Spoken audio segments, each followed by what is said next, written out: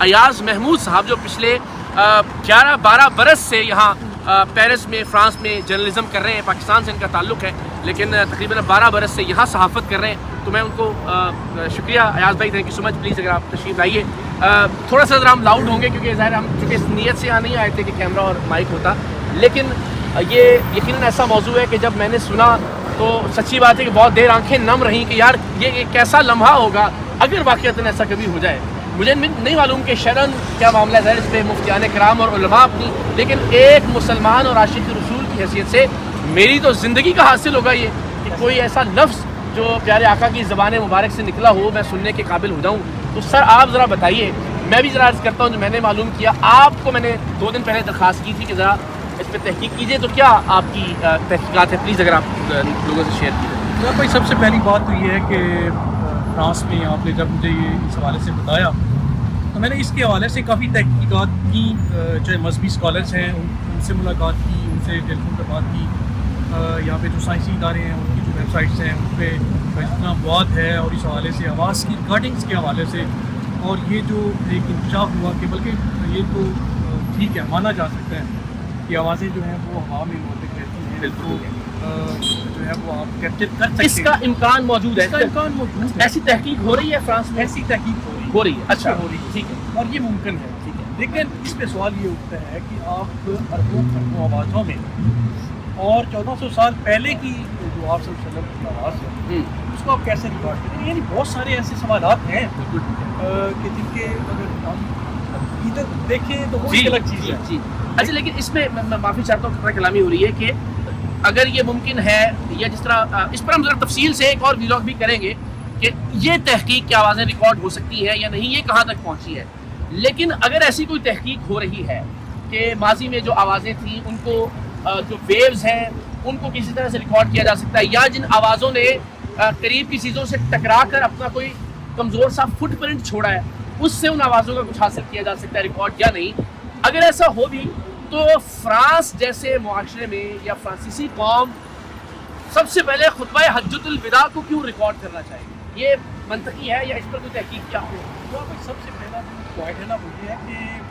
اتنے لمبے عرصے تک آپ کی جو آوازیں ہیں نا ان کو کیپچر کرنے کا ابھی تک کوئی جو ہے نا وہ یہاں پہ سامنے نہیں آیا. کہیں سے کوئی ایسے شعار نہیں ہے کہ 1400 سال پہلے کی آوازیں جو ہیں ان کو کیپچر کیا جا سکے. چلیں آپ جو ہے وہ قریب میں جا کے ٹھیک ہے اس تک تو ٹھیک ہے, بالکل ذہن بھی مانتا ہے اور سارا ممکن کے امکان بھی ہے, لیکن آپ کہیں کہ 1400 سال پہلے کی آوازیں اور اربوں آوازوں کے درمیان میں ایک ہی خطبہ حجۃ الوداع کو ریکارڈ کر لینا اور آپ صلی اللہ علیہ وسلم کی آواز کو ریکارڈ کر لینا, تو یہ ابھی تک اس کے کوئی امکانات نظر نہیں آ رہے. لیکن ہو سکتا ہے کہ چل کے مستقبل میں, لیکن اس کے لیے کئی 100 برس شاید یہ کچھ یعنی ابھی تک اگر میں بطور صحافی پیرس میں مقیم صحافی کے طور پر آپ سے یہ پوچھوں کہ کیا اس سے قبل آپ نے کوئی ایسی بازگشت یہاں پیرس کی ہواؤں میں فضاؤں میں سنی تھی کہ کوئی ایسی آواز جو ہمارے پیارے آقا سے منسوب ہو اس کو ریکارڈ کرنے کی کوشش کی جا رہی ہے؟ نہیں, ایسا کچھ بھی نہیں سنا تھا آپ نے, بلکہ یہ جو غازی صاحب نے جب یہ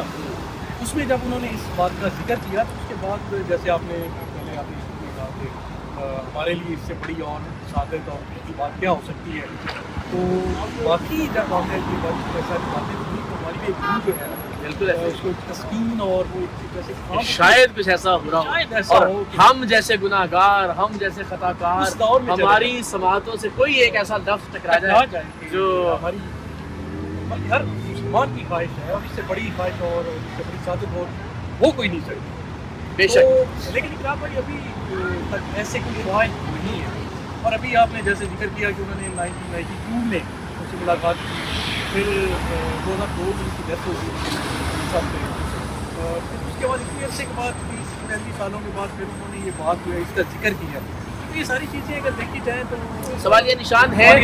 لیکن ظاہر ہے چونکہ یہ بھی میں وضاحت کر دوں. تھینک یو سو مچ ایاز بھائی, بہت بہت شکریہ. اس حوالے سے مزید آپ سے رابطہ رہے گا اور ہم چاہیں گے کہ آپ سے ویڈیو لنک پہ یا کسی طرح سے ہم ضرور بات کرتے رہیں. تھینک یو ویری مچ, بڑی نوازیں. ڈاکٹر نذیر غازی صاحب نے اس کی وضاحت یہ کی ہے کہ چونکہ وہ جو ریکارڈنگ جس میں یہ ذکر ہوا وہ خطبہ حجۃ الوداع کے حوالے سے ان سے بات ہو رہی تھی, تو ضمناً انہوں نے اس پر بات کر دی. لیکن اگین ہم سب کے سب لوگ جو عشق رکھتے ہیں، جو عقیدت رکھتے ہیں، ان کے لیے یہ بہت جذباتی لمحہ تھا، اور میں نے بھی سوچا کہ سب چھوڑ چھاڑ کر ہم فرانس آئیں، پیرس آئیں، یہاں کچھ لوگوں سے بات کریں، مزید تفصیل سے بات کریں گے کہ یہ معاملہ، کیونکہ اب دل میں ایک امنگ جاگ گئی ہے، اب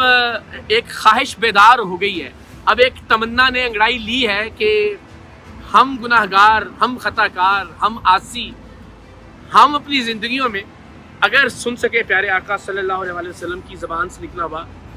کوئی لفظ، تو یہ اثاثہ حیات ہوگا ہم سب کے لیے۔ میں پھر کہہ رہا ہوں علماء کی اس پر کیا رائے ہے، مفتیان کرام کی ہے۔ میں ایک عاشق رسول، جو کہ یہ بھی ایک بہت بڑا دعویٰ ہے، اور اللہ کرے کہ ہم اس دعوے پر پورا اتر سکیں اپنی زندگیوں میں، اس کی حیثیت سے اپنے جذبات کا اظہار کر رہا ہوں، لیکن بہت دکھی دل کے ساتھ میں یہ خبر، ایاز صاحب سے بھی بات ہوئی، میری جو اپنی تحقیق ہے، ہم نے یہاں پر چند دن گزارنے کے بعد اور یہاں صحافیوں سے بات کرنے کے بعد، محققین سے رابطہ کرنے کے بعد، مختلف اداروں کو ای میلز کرنے کے بعد، وہاں کا وزٹ کرنے کے بعد، میں بہت وثوق سے یہ خبر آپ سے شیئر کر سکتا ہوں کہ اب تک فرانس میں کسی سطح پر، نہ سرکاری سطح پر، نہ نجی سطح پر، نہ کسی کمپنی کی سطح پر، نہ انفرادی سطح پر ایسی کوئی کوشش ہوئی ہے کہ خطبہ حجۃ الوداع کو ریکارڈ کیا جائے۔ تو کیا مستقبل میں ایسا ممکن ہے؟ جس طرح میں نے کہا کہ اب تمنا جاگ گئی ہے، اس پر انشاءاللہ العزیز ہم ابھی یورپ میں مزید جو محققین ہیں ان سے بات کریں گے، ان کے انٹرویوز بھی کریں گے، وہ آپ تک پہنچائیں گے کہ کیا آنے والے دنوں میں ممکن ہو سکے گا کہ ہم پیارے آقا صلی اللہ علیہ وسلم کی آواز سن سکیں، کیا ہم اصحاب رسول کی آواز سن سکیں، ہم سیدنا صدیق اکبر کی آواز سن سکیں، حضرت عمر فاروق کی، عثمان غنی، حضرت علی کی آواز سن سکیں، کیا خطبہ زینب کبھی ہم سن سکیں گے، کیا کربلا میں جو واقعات پیش آئے ان کی آوازیں کبھی ہم تک پہنچ پائیں گی؟ اس پر میں بہت تفصیل سے انشاءاللہ آنے والے ویلاگز میں یہی فرانس کے اور جو یورپ کے باقی محققین ہیں ان سے انٹرویوز کر کے انشاءاللہ العزیز آپ تک کوشش کروں گا یہ معاملہ مزید وضاحت کے ساتھ پہنچا سکوں کہ کیا کبھی یہ ممکن ہو سکے گا کہ آپ اور ہم اپنی زندگیوں میں اپنے پیارے آقا صلی اللہ علیہ وآلہ وسلم کی آواز سن سکیں، لیکن اب تک ایسا نہیں ہوا۔ میں نے اپنی تحقیق کے مطابق جو میری خبر تھی وہ آپ سے شیئر کی، یہاں فرانس کے شہر پیرس سے۔ دعا میں یاد رکھیے گا، پروردگار آپ سب کو بھی اپنی امان میں رکھے، اور اللہ کرے ہم سب کی زندگی میں وہ مرحلہ اور وہ لمحہ آئے کہ جب ہم اپنے پیارے آقا صلی اللہ علیہ وآلہ وسلم سے منسوب جو کہ مصدقہ کوئی آواز یا کوئی لفظ ہو وہ سن سکیں۔